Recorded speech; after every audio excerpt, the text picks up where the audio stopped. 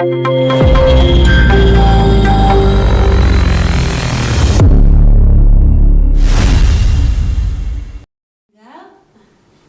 baru kemarin memakamkan, akan memakamkan lagi. Kenapa saya berkata ini saudara? Kita patut bersyukur karena pada pagi hari ini kita ada di tempat ini. Kita patut bersyukur bahwa Tuhan masih memberi kesempatan kepada kita untuk lebih dekat lagi kepadanya. Seandainya keluarga kita yang terdekat, orang kita kasihi meninggalkan kita, kita juga tidak ada di tempat ini saudara. Oleh sebab itu patutlah kita bersyukur pada penghujung tahun ini kita ada di tempat ini, semua karena kebaikan Tuhan. Di tahun ini juga saya ditinggalkan oleh suami saya yang begitu saya cintai dalam kehidupan saya. Begitu struggle-nya saya menjalani kehidupan, begitu beratnya saya menjalani kehidupan. Tapi saya bilang sama Tuhan, seberat apapun yang saya alami saat ini Tuhan, saya percaya bahwa Tuhan menggendong saya di saat saya gak mampu. Tuhan gak biarkan kita tergelincir di dalam kehidupan kita. Mungkin masalah kita berbeda ya saudara ya. Ada masalah saudara yang lain, masalah mungkin dengan mertua, dengan anak-anak, dengan menantu, dengan cucu, mungkin dengan pacar, ada kegagalan, gagal menikah, mungkin juga gagal dalam usaha, gagal dalam pekerjaan. Saya mau lihat dulu berapa banyak yang angkat tangan dengan saya yang mengalami kegagalan di dalam tahun 2023. Angkat tangan dulu.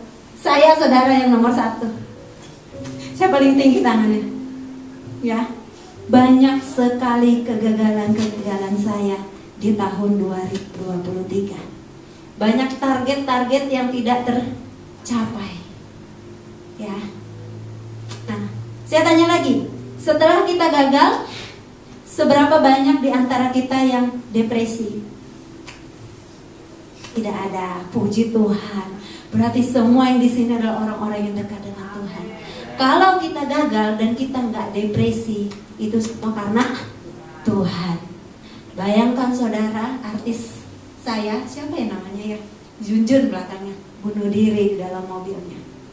Ya, kalau yang nonton film Korea, My Mister judulnya bunuh diri beberapa hari yang lalu di dalam mobilnya karena beban kehidupan. Padahal dia seorang artis yang ganteng, luar biasa, hebat, aktor yang luar biasa, tapi bunuh diri. Kenapa? Karena tidak memiliki pengharapan. Tidak ada satu persoalan di dalam dunia ini yang tidak ada jalan keluarnya jika kita bersama dengan Tuhan. Ya saudara, puji nama Tuhan. Hari ini kita akan sedikit mengulas firman Tuhan karena kemarin kita sudah berapa hari ya dalam setahun? 365 hari. Dalam 365 hari kita menjalani detik demi detik, waktu demi waktu, hari, bulan demi bulan, sehingga kita masuk ke dalam bulan yang terakhir dan hari yang terakhir, dan juga bukan menjadi hari terakhir bagi kita di dunia, tapi hari terakhir bagi kita menjalani di tahun 2023 dan memasuki 2024 dengan langkah yang pasti. Ya. Saya memberi judul resolusi 2024. Kita lihat di internet, mungkin saya nggak terlalu lihat internet ya. Kita lihat di internet mungkin resolusi itu apa? Nanti kita akan bahas resolusi tahun 2024. Saudara, saya sebetulnya bukan orang yang suka menulis resolusi kehidupan saya. Saya ini hampir 40 lebih ya. Saya nggak pernah nulis resolusi hidup saya. Nggak pernah. Berapa banyak di antara kita setiap tahun nulis? Angkat tangan. 1, 2, ada di sini. Yang menulis resolusinya, target-targetnya, apa yang pengen dicapai di tahun di tahun berikutnya. Baru 2 orang. Saya itu orang yang easy going. Masuk tahun baru, ya masuk. Keluar tahun baru, ya keluar. Enggak ya.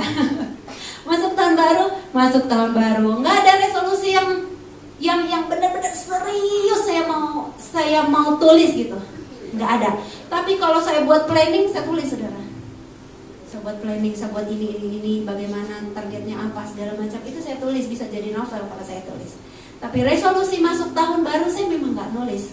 Saya hanya baca firman, saya mencari ayat-ayat firman, tapi nggak spesifik saya nulis apa yang saya mau, apa yang saya harapkan di tahun yang akan datang. Tapi di dalam tahun ini saya mau merubah sedikit kebiasaan saya.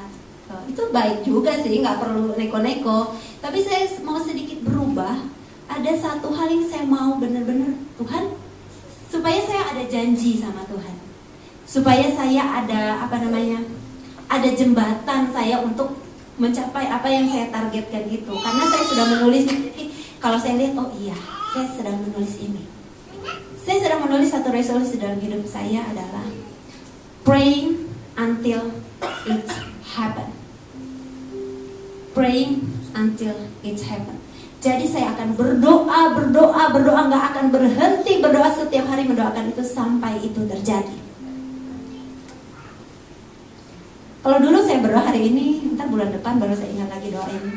Karena saya pikir Tuhan tahu, ngapain diulang-ulang gitu. Tapi hari ini saya meresolusi diri saya sama Tuhan, I will pray until it happen. Saya akan terus berdoa sampai itu benar-benar terjadi. Saya akan goncangkan surganya Tuhan sampai itu terjadi.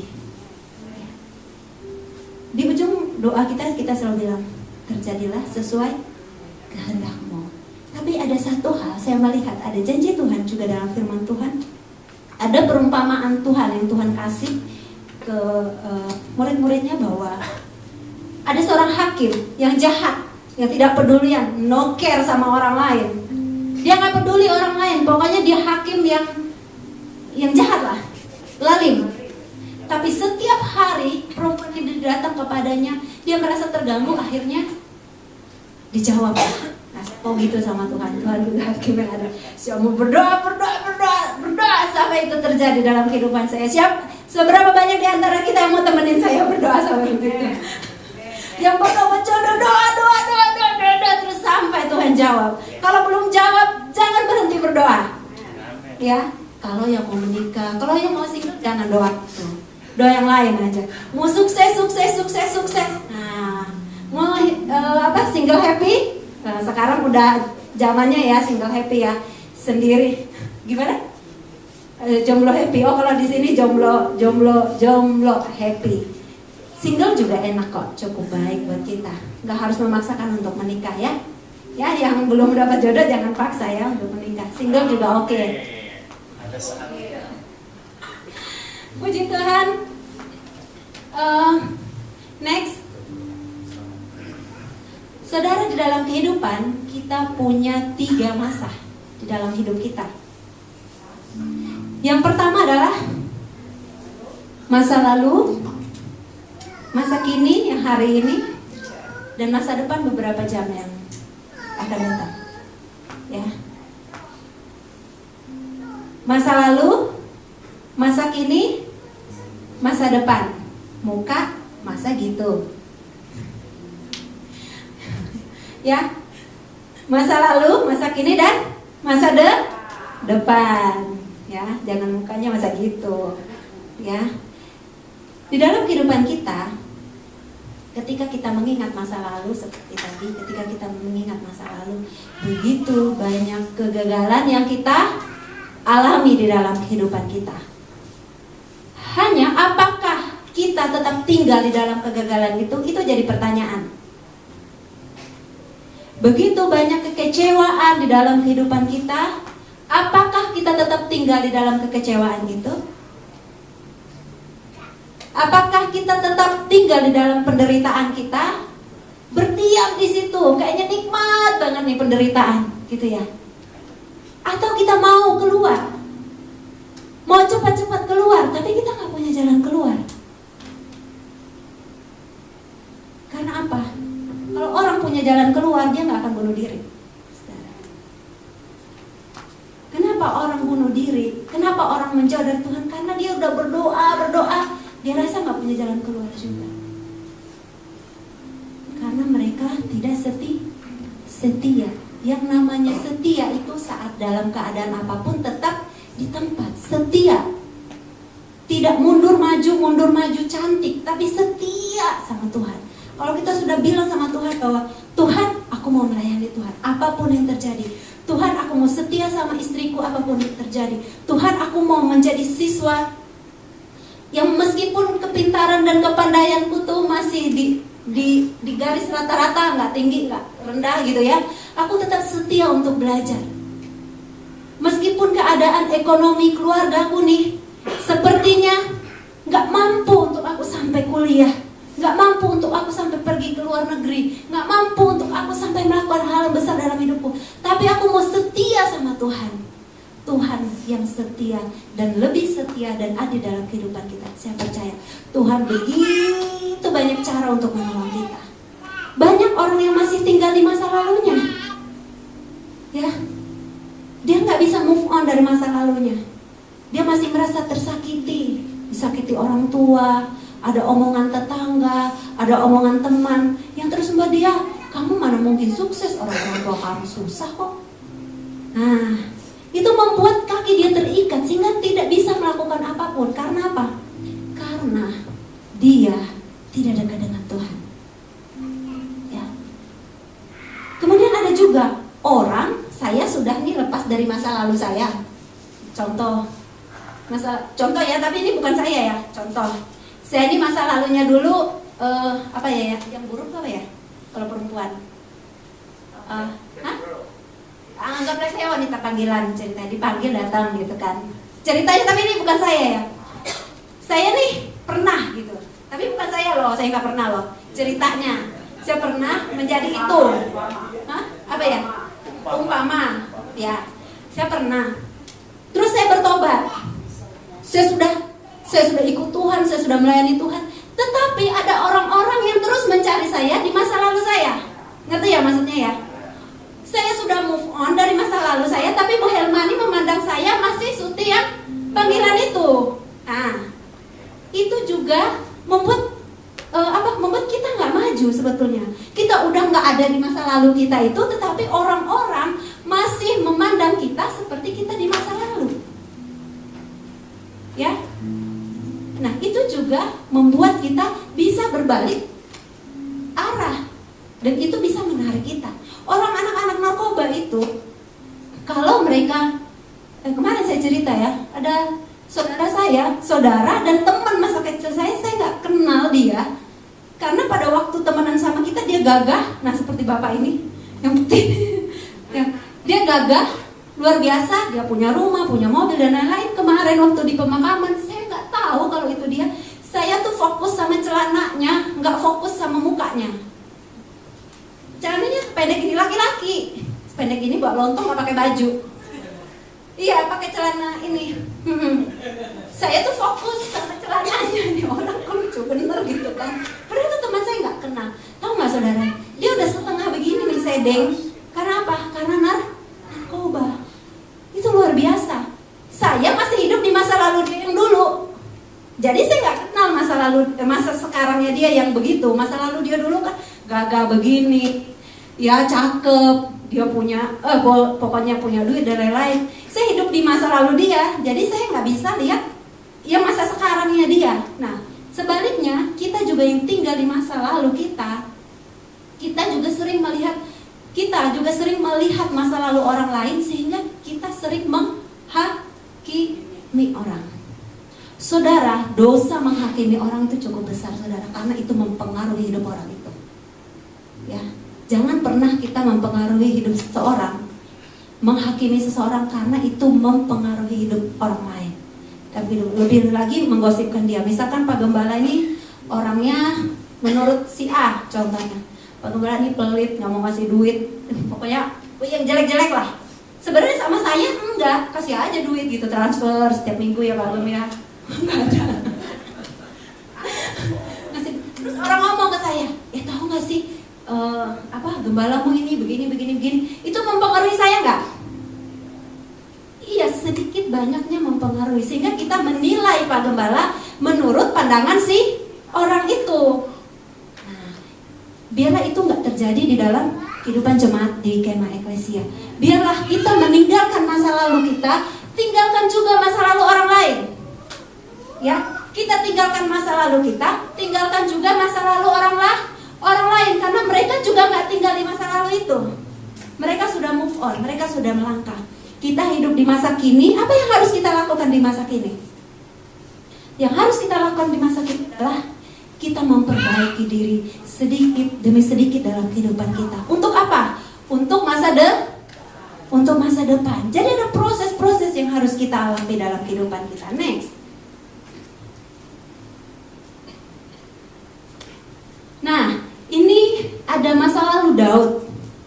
Ingat ya, masa lalu Daud, Yusuf, Nabi Elia, Paulus, Petrus. Mereka ini orang-orang hebat nggak masa depan mereka? Mereka orang-orang hebat. Mereka bukan orang-orang yang hidup di masa lalu. Contoh Daud. Kita mulai dari Daud dulu ya.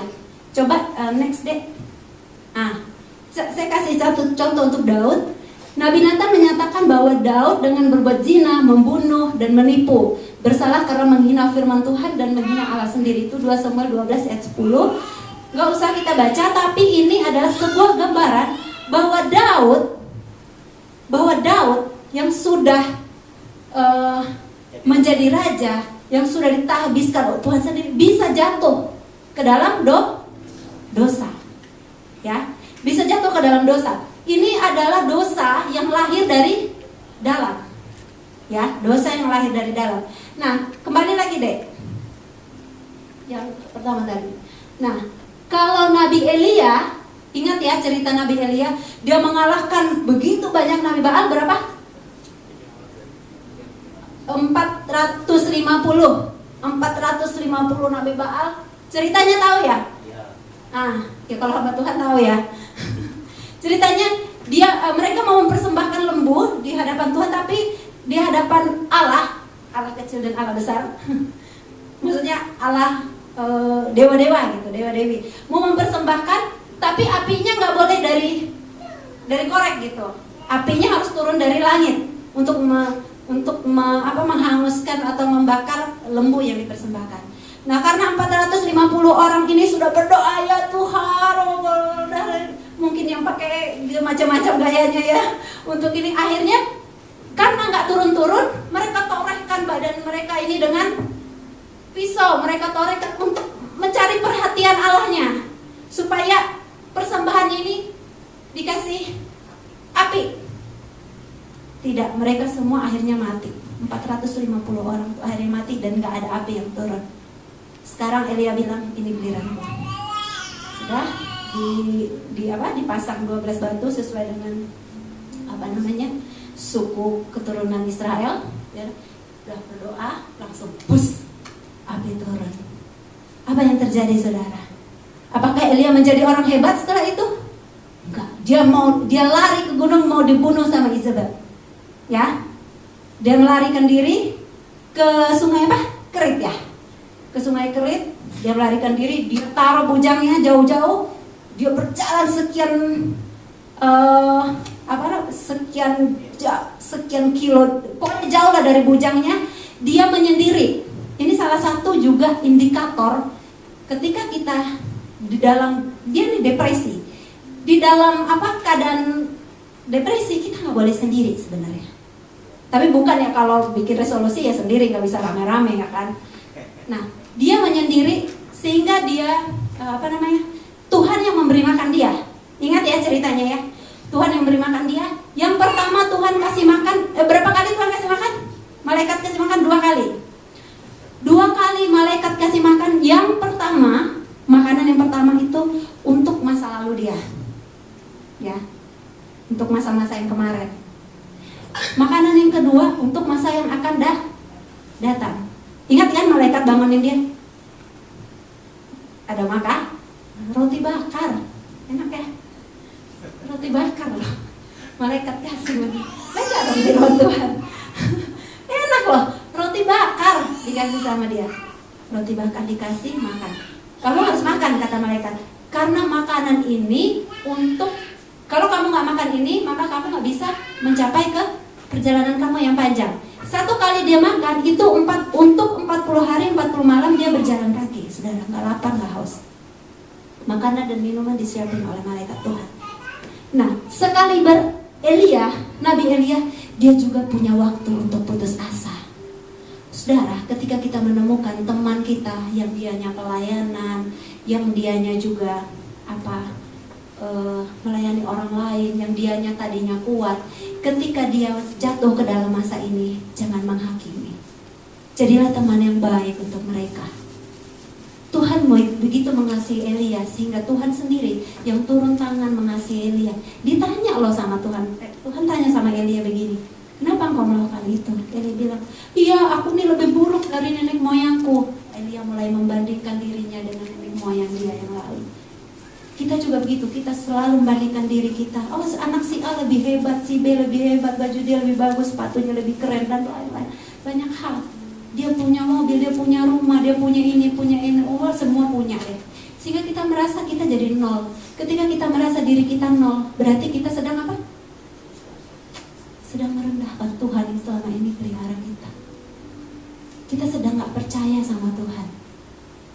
Kita sedang mengesampingkan Tuhan. Padahal Tuhan sudah pelihara kita sedemikian rupa. Tetapi kita lebih memandang apa yang orang punya dalam hidup kita. Kita putus asa karena kita selalu membandingkan hidup kita. Seperti Elia membandingkan diri dia dengan nenek moyang dia. Tapi hari ini itu boleh jadi masa lalu. Makanya saya tulis itu masa lalu mereka. Itu boleh juga jadi masa lalu buat kita. Ketika kita mulai membandingkan diri kita dengan orang lain. Itu sudah 2023, 2024, no way ya. Yusuf ini kan harusnya punya bibit kecewa, bibit sakit hati, bibit yang luar biasa terhadap saudara-saudaranya. Karena dia masukin sumur kering, dia dijual lagi, dia difitnah lagi, dia dipenjara lagi. Tapi Yusuf punya hati. Di masa itu, di masa lalu Yusuf, itu berat untuk Yusuf. Sebagai anak kesayangan, sebagai anak yang dicintai oleh ayahnya, dia mendapatkan perlakuan yang sangat-sangat buruk. Itu berat untuk Yusuf.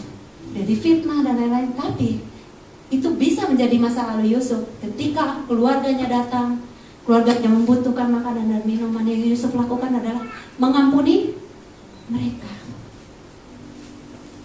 Saudara, penderitaan dari eksternal begini, yang bukan dari kita, yang dari luar, penderitaan kita yang dari luar, Tuhan pasti punya cara untuk menolong kita. Tapi kalau penderitaan kita datang dari dalam diri kita, dari dosa, dari kesalahan kita, Tuhan akan membuat kita bertobat. Ya saudara. Kemudian Paulus, kita tahu juga cerita Paulus, masa lalunya bagaimana dia kejamnya dia terhadap umat Tuhan, tetapi dia menjadi pemberita Injil yang luar biasa. Petrus adalah salah satu murid Tuhan Yesus yang paling temperamen ya, cepat marah, cepat ngambil keputusan, pelin-pelan. Nah itu dia. Tuhan tetap kasih wadah buat Petrus. Pada waktu Petrus bilang, aku mau dong jalan di atas air seperti engkau. Yuk, Tuhan bilang. Ya. Orangnya pelin-pelan. Dia tadinya percaya, nggak percaya. Tadinya bilang aku nggak akan bukan mengkhianati. Dia bilang nggak akan tergoncang. Tapi ditanya, ini kan muridnya dia kan, muridnya Tuhan Yesus. Dia bilang enggak, bukan. Nah, Petrus tuh termasuk orang yang pelin-pelan. Tapi Tuhan pakai nggak dia? Tuhan pakai. Jadi apapun kekurangan kita, apapun kelemahan kita, apapun yang terjadi di dalam kehidupan kita, Tuhan tetap mau pakai kita. Next.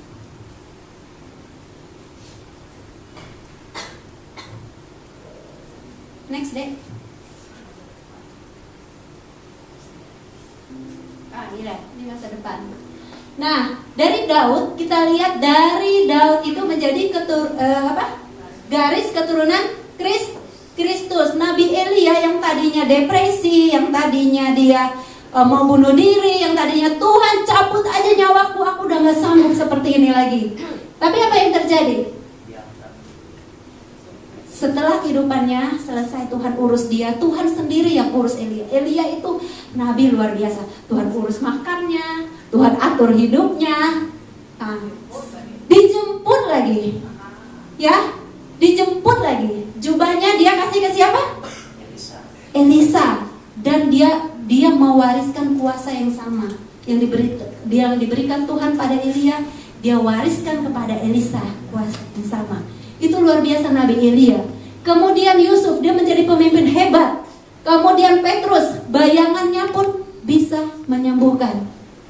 Bayangannya pun bisa menyembuhkan. Tuhan Yesus aja nggak kayak gitu.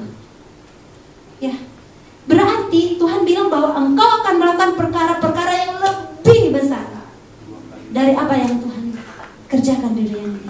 Oleh sebab itu, apapun yang terjadi dalam kehidupan kita, seperti Paulus, dia berpengaruh di dalam penganiayaan, tetapi dia berpengaruh di dalam pemberitaan Injil Tuhan.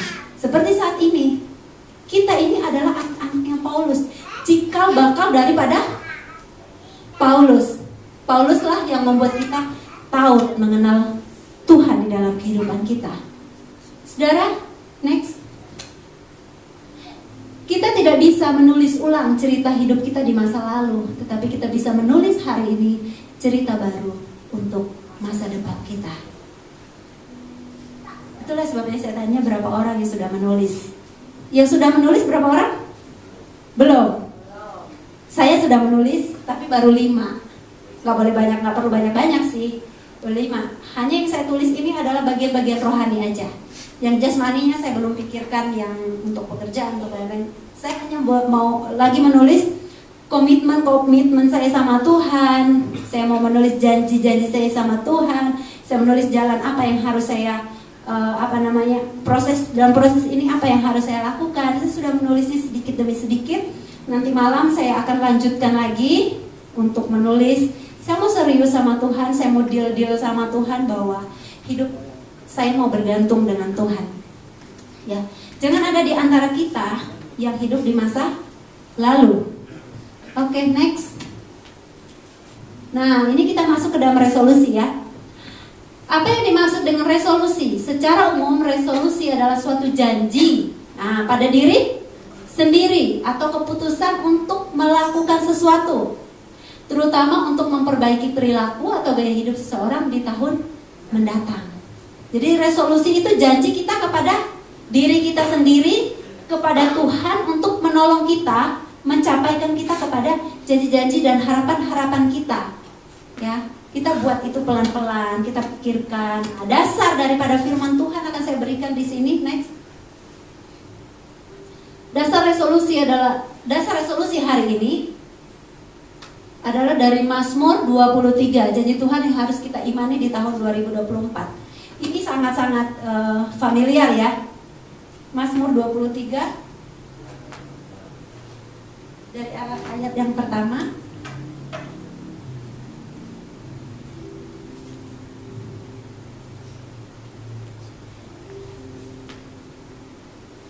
Berapa banyak di antara kita yang mau menarik berkat-berkat Tuhan masuk ke dalam 2024?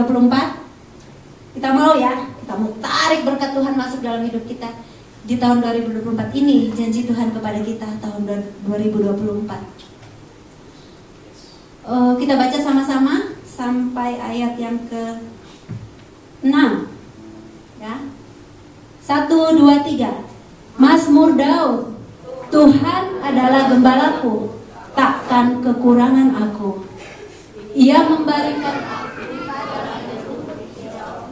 Ia membimbing aku ke air tenang. Ia menyegarkan jiwaku. Ia menuntun aku di jalan yang benar oleh karena namanya. Sekalipun aku berjalan dalam lembah kekelaman, aku tidak takut bahaya, sebab Engkau besertaku. Gadamu dan tongnya Tuhan akan membawa kita ke tempat yang tepat di tahun 2024. Dia akan bawa kita ke padang yang berumput hijau, ke air yang tenang, yang artinya kita banyak mendapatkan berkat dan kepuasan di dalam hidup kita. Air itu bicara tentang kepuasan dalam hidup kita. Dimana kita masuk 2024, kita membawa janji Tuhan ini bersama dengan kita. Kita imani janji Tuhan ini bersama dengan kita. Saya yakin dan percaya Tuhan bersuka cita saat kita mengimani firman yang sudah tertulis, firman yang keluar dari mulut Allah, dan kita mengimani, saya yakin Tuhan akan mengerjakan sesuatu buat kita. Amin. Ia menyegarkan jiwaku. Ia menuntun aku di jalan yang benar oleh karena namanya. Sekalipun aku berjalan dalam lembah kekelaman, aku tidak takut bahaya, sebab engkau besertaku. Sekalipun aku berjalan dalam lembah kekelaman. Siapa yang sudah tahu apa yang terjadi tahun 2024? No one knows. Tidak ada yang tahu. Tidak ada yang tahu. Tapi janji Tuhan apa? Sekalipun di tahun 2024 ada jalan, kita masuk ke dalam sebuah lembah kekelaman, kita tidak takut. Buat saya tahun 2023 adalah lembah kekelaman saya. Tapi saya tahu janji Tuhan bahwa Tuhan terus akan membawa saya ke dalam jalannya yang ajaib. Dia terus menarik saya ke dalam rencana-rencana yang ajaib, sehingga saya tidak takut. Meskipun struggle hidup saya sampai hari ini, saya tahu saya masih struggle dalam beberapa hal. Saya masih banyak melakukan kekeliruan dan beberapa hal. Tapi saya melihat ketika saya salah pun Tuhan tetap menolong saya. Ketika saya salah mengambil keputusan, Tuhan tetap mengangkat saya. Tuhan tetap menolong saya. Saya yakin dan percaya di tahun depan lebih lagi kita membawa janji firman Tuhan